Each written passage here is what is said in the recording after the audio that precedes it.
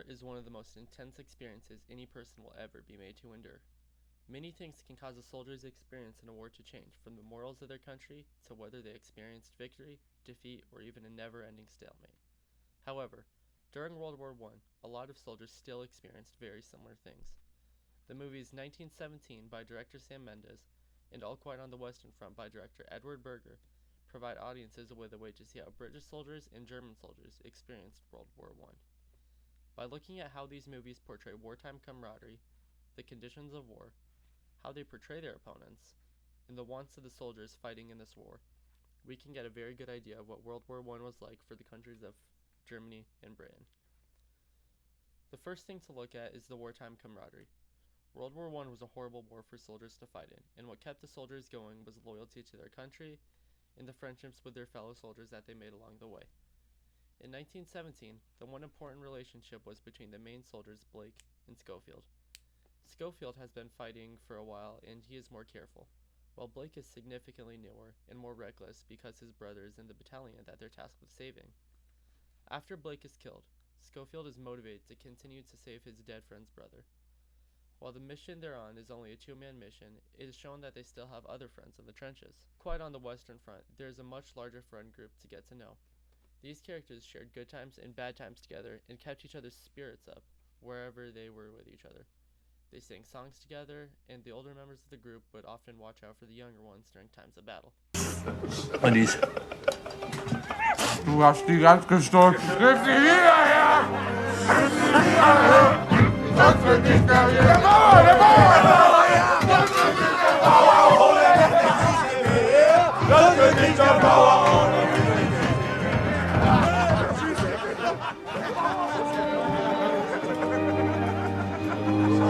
Culturally, many of these things are universal. Soldiers anywhere will look to their comrades for support and will fight not only for their country, but for their brothers in arms. It is also a pretty universal thing for the older, experienced, and more mature people to watch out for the younger, less experienced people.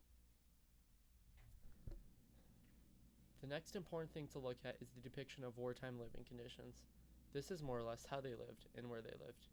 In 1917, the living conditions were really only shown by displaying what life was like in the bunkers, which are shown in this scene. Said to leave immediately. Everyone's never seen no man's land. We won't make it 10 yards. If we just wait... You heard him.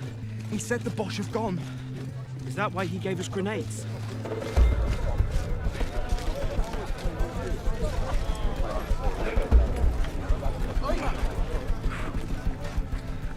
At first, the two main characters are resting near the bunkers. The bunkers aren't too bad, but they're nothing amazing. As they get closer to the front line, the bunkers are dirtier and more damaged by the war. Once the characters are on the front line, it is terrible. The soldiers' lives are always at risk due to the constant threat of German shelling and snipers, and the morale is incredibly low. In All Quiet on the Western Front, the lives of the soldiers are displayed in many different places. As they approach the bunkers, it is quickly made clear that life in the bunkers is horrible. Artillery barrages ensure that no place can truly be safe, and French soldiers are always seeking a good chance to fire at them. However, the soldiers are also shown to have times of peace outside of the bunkers. Sadly, even when they are not fighting, they are shown to be facing hunger and even risk their lives to steal some livestock from a French home. Cut! Help!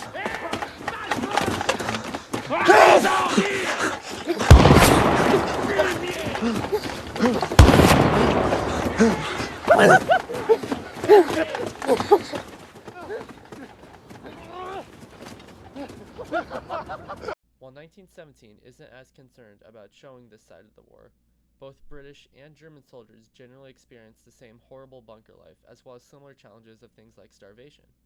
In fact, according to the Canadian War Museum, trench life involved long periods of boredom mixed with brief periods of terror. The threat of death kept soldiers on edge, while poor living conditions and a lack of sleep wore away at their health and stamina.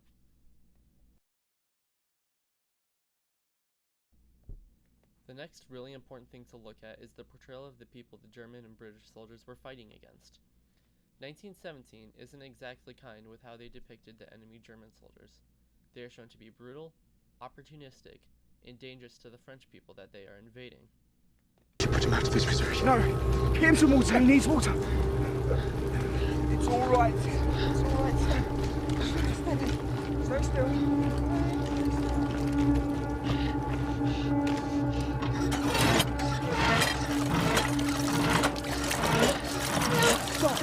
Stop!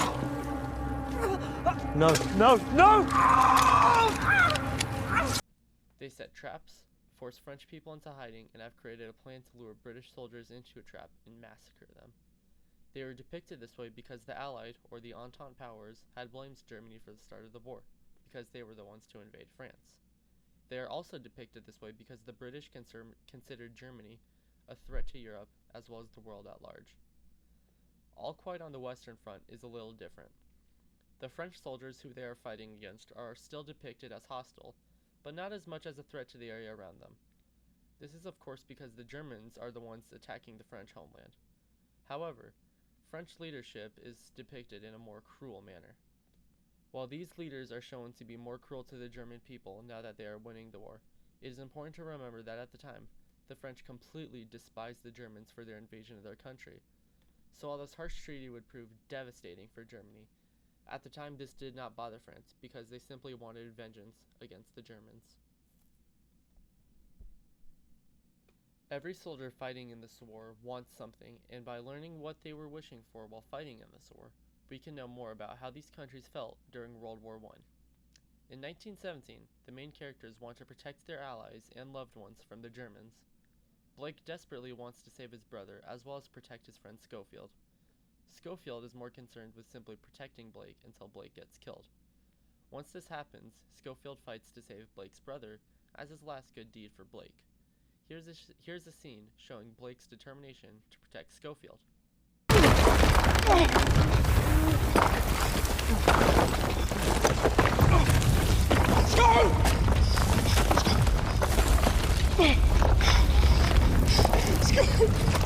Go! Wake up! Wake up!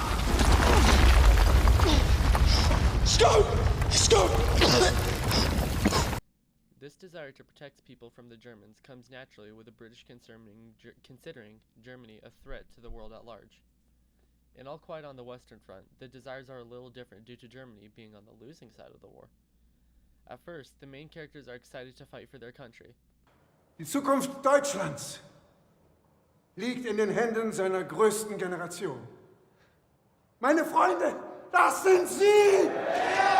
Darum auf in den Kampf! Für Kaiser, Gott und Vaterland!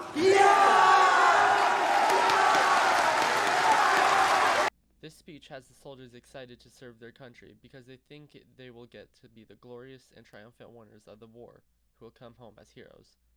Then, during the first battle, the characters desperately wish to survive through the night. As the war comes to an end, the characters still wish to survive, but now they wish to survive with the whole of their friend group intact. Unfortunately, in this movie, none of them will succeed in surviving. The characters' wish to survive comes from the heavy war fatigue the country was feeling. Germans were tired of unsuccessful campaigns that only created more casualties, and with the Americans joining the war, the Germans knew they were beaten. To make matters worse, despite the fact that they were beaten, there were still some greedy generals desperate for one last shot at glory. All of this shows that the British were mad at the Germans and considered Germany dangerous and a threat to the world at large. On the other hand, it shows that the Germans once believed they were bound to be glorious winners, but by the end of the war, they were desperate for it all to just end. Both sides had a universal desire to fight for their country as well as for their comrades, and both sides experienced a great deal of challenges in the trenches. Wars show that while countries may have different ideals, the people fighting them will almost always have much in common.